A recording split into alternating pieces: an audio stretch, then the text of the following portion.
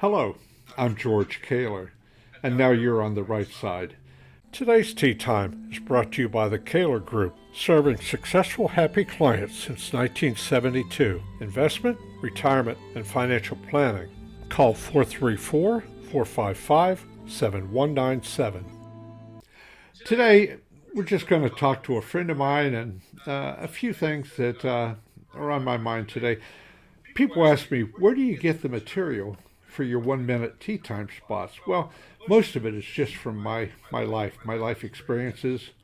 And I look at what's happening on the news and I apply what I've learned and try to give some common sense to the news. And sometimes there is just no common sense. And then I have friends. I have a corporate lawyer. He's retired he clips newspaper clippings for me, especially from the Wall Street Journal and the London Times and so on. And he gives them to me, and I look through to see if there's anything interesting that I'd want to talk about. But I've never written a tea time out. I just say whatever's on my mind. It may be one of these ideas or another idea. And then a little bit like why I wrote this book, Surviving Georgie. And I'll be in New York City the end of April talking to several TV producers about doing a weekly series on the character Georgie. All the stories are true. It's the only book in America that's been endorsed by the folks at Saturday Night Live and Focus on the Family. It's a pretty good book. Something in the book there is, this is my dad's old Carbide lamp. And they used it in the mines. It was pretty dangerous because you actually had a flame there. You put carbide in here, you put water in here, and here was the gauge, and it would drip water down through there.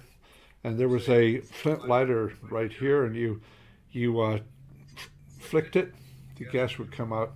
You had a flame there. Problem is, if you went into a methane pocket or something like that, everybody died, and that was awful. Today, I want to introduce you to someone. Over the last 10 years, I'll be 76.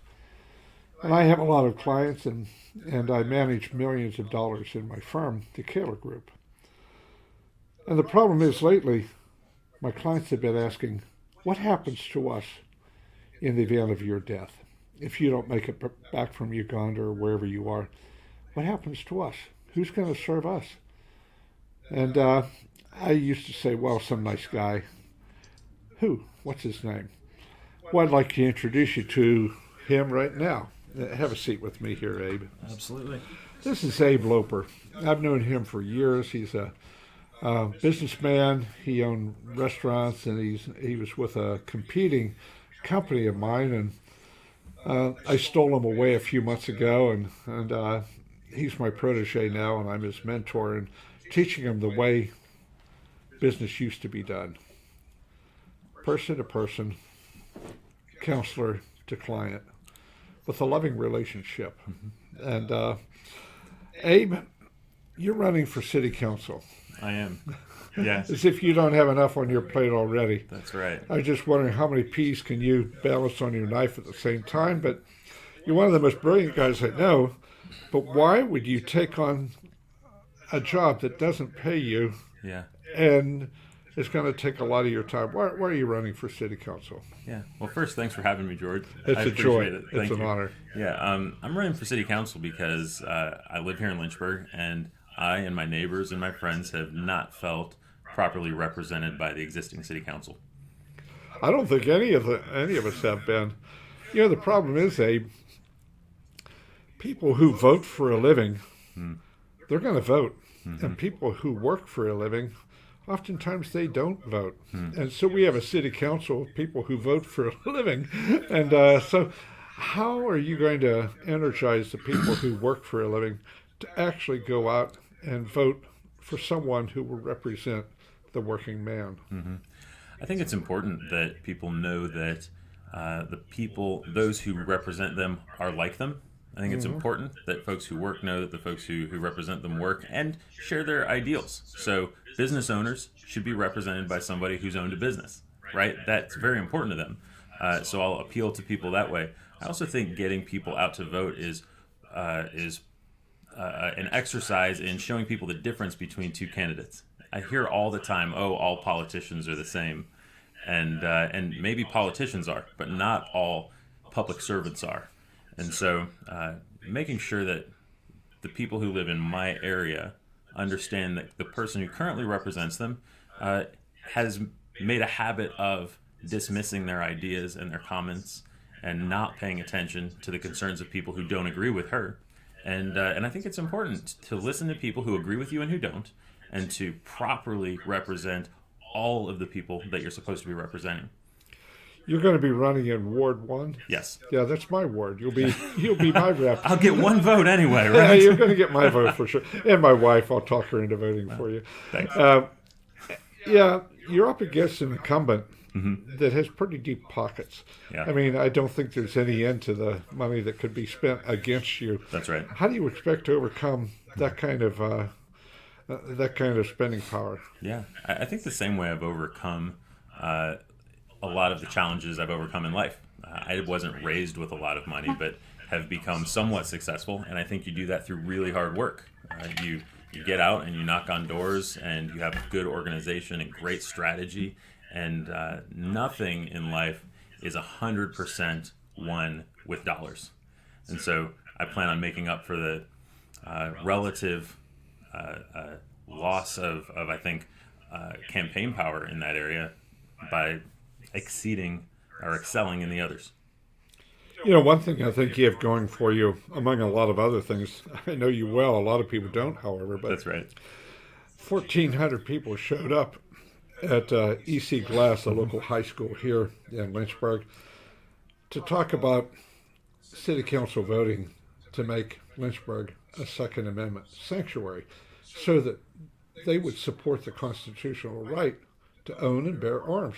And if you look at a map of Virginia, just about everywhere is a Second Amendment sanctuary to protect us from tyranny. And yet when we spoke to City Council, the 1,400 people that showed up, City Council had already made up their mind that we would not be a Second Amendment sanctuary, that we would not be able to protect ourselves from the tyranny of Richmond. Are you going to allow that to play in the election, or have you been in favor of a Second Amendment sanctuary? I am in favor, and the reason I'm in favor of it is because it's simply stating that we're not going to change anything. It's pretty simple. We live in a wonderful country that has become what it is because it was designed to become this. And if we go back and change the blueprints, the Constitution, if we're unwilling to uphold the Constitution, I think we get a different result, and that result is a wild card. And there's no benefit to giving up what you know works just to try something new. Yeah, the taxes are fairly high here, and some businesses have left, and people have left for other places. And the city council that we have now, 5 members on it, their idea is to increase taxes to, I guess, to get more votes. But it reminds me, I saw a cartoon once. It was of a Roman galley back in the Roman times, and there were 2 guys rowing. That's right. With 20 guys with whips. And one of the guys rowing said, "I warn you, Higgins, I'll fight you tooth and nail for the next promotion." At any rate, it seems like Virginia's getting the same way, especially in Lynchburg. The city council is taxing the ones that are rowing, and fewer are going to be rowing. How do you expect to attract business and employment to Lynchburg?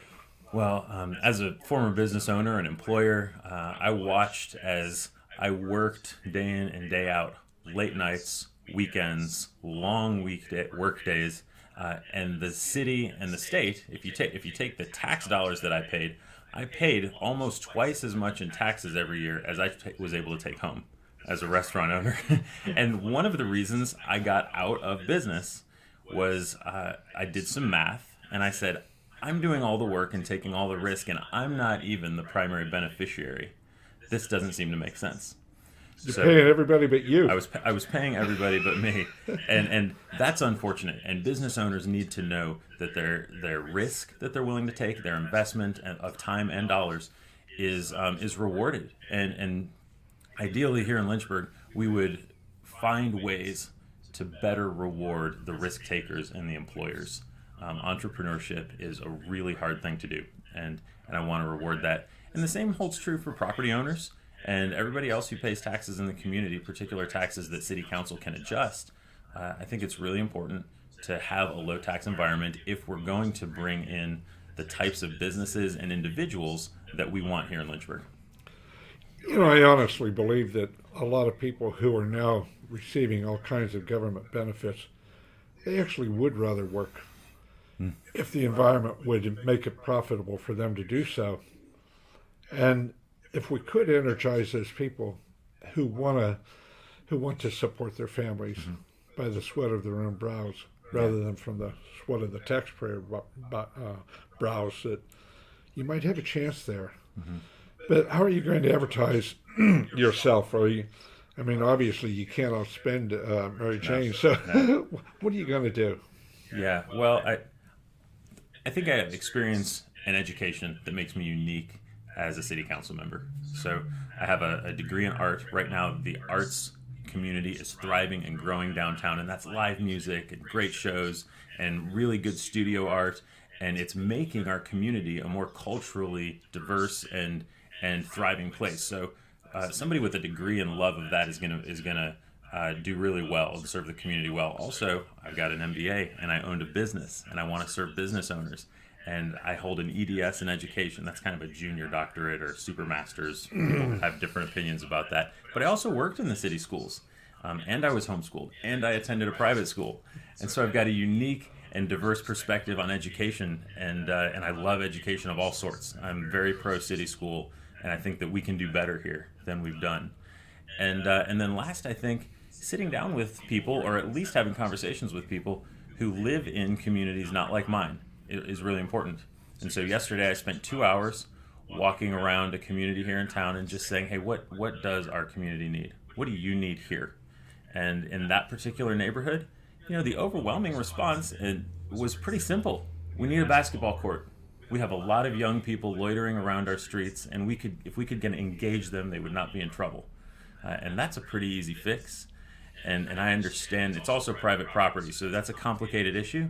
But I wonder if my opponent has bothered to walk through that neighborhood and ask those folks what they need. I don't think so, Abe. It sounds like you have about 90 years of water under your bridge. How old are you? I'm 42 this year. 42. And you've done all this in 42 years. You've got the youth and you've got the experience both. City Council recently voted for something that reminded me of when I was in Alaska.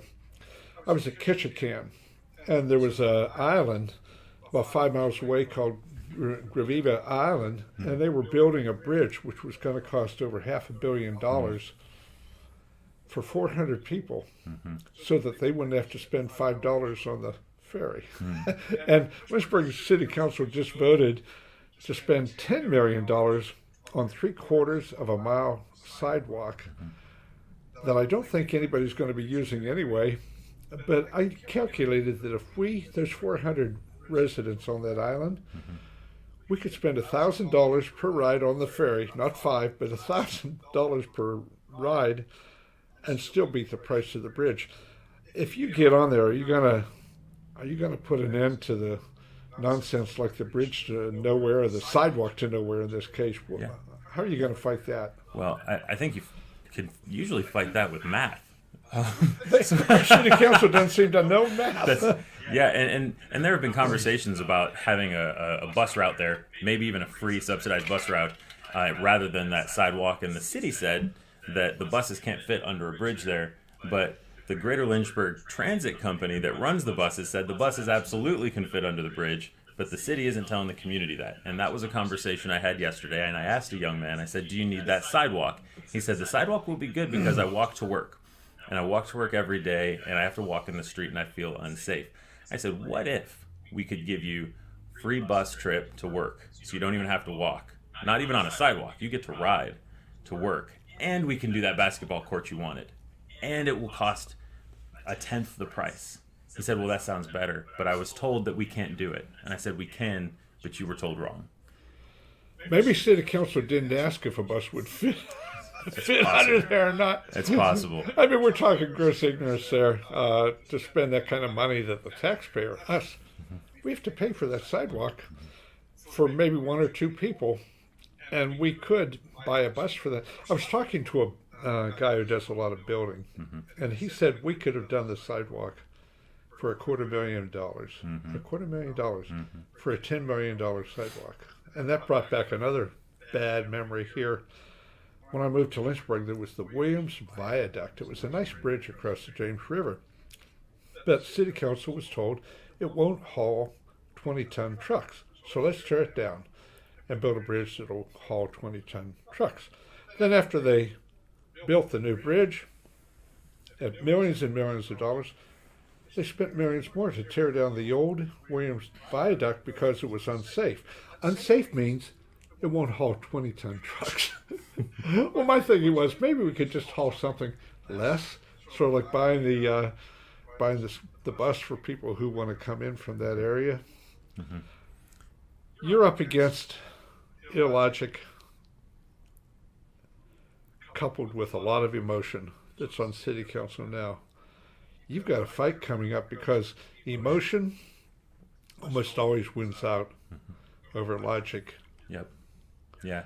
We are. My goal is to partner with trusted community partners and help our community understand that emotion isn't bad, but emotion doesn't always tell us the truth. I always tell people emotions like fear, for example. Fear is useful as a lot of things, but it's not so good as a compass. You should not listen to fear to determine your life direction. You should do hard things that you're afraid to do. But also, listen to that fear if a bear is chasing you, right? It's an okay thing to have it, but you should not allow it to be your compass. And that's how I feel about all emotions, is that they serve a purpose, but we were created with incredible minds, complicated creatures, and we're able to do amazingly complicated equations in our brain. Why don't we do that? Why don't we make some logical decisions, do some math? I'm fortunate. I've just today found out that I'm going to be endorsed by the Sheriff's Department locally and the Firefighters Association. They have come alongside me wholeheartedly because they believe that what I'm going to do is manage the budget in a way that will benefit the whole community and make it a safer place. And that's exciting. You know, I was just thinking maybe that $10 million would have better gone towards fire, police, education here. Yes, sir. Well, if you want to contribute to Abe Loper's campaign, how would we do that, Abe? Yeah, so if anybody's interested in doing that, it's just abeloper.com. It's pretty easy, ABELOPER.com. I'll be contributing. Thank you, sir. Thanks for interviewing with me this morning. I appreciate it. And I'll see you next week.